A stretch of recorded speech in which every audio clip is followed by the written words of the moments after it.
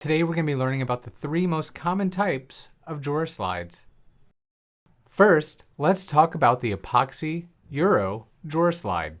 These slides are generally your least expensive slides, kind of like having Wendy's cater your wedding. They're pretty good and they will save you some money. The Epoxy slides are available in all of the popular lengths, from 10 inches all the way up to 32 inches. Now these slides can be mounted both in frameless and face frame applications. For the face frame application, you will also need rear mounting sockets for installation. Next, we have the side mount ball bearing drawer slide. Ball bearing slides are a solid choice for durability and functionality. Tiny little balls are built into the slide, creating effortless movement during opening and closing. These slides are available in a wide variety of lengths as well, and also have options such as over travel, full extension, and 3/4 extension, which all mean how far the drawer will travel outside of the cabinet once the drawers are installed.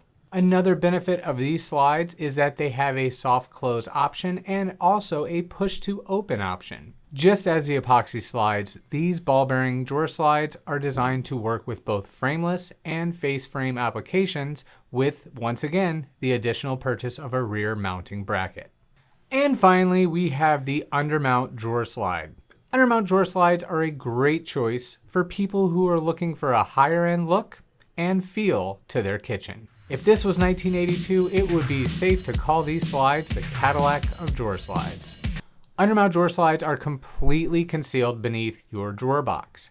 They also feature great benefits like smoother opening and closing drawer operation, and have options including soft close, full extension, and/or push to open. The Undermount drawer slide consists of a few necessary parts: the left and right drawer slide, and the front locking device, which also has a left and a right for each drawer. These slides are also designed to work with frameless and of course face frame cabinets with, once again, the additional rear mounting bracket. Training is over.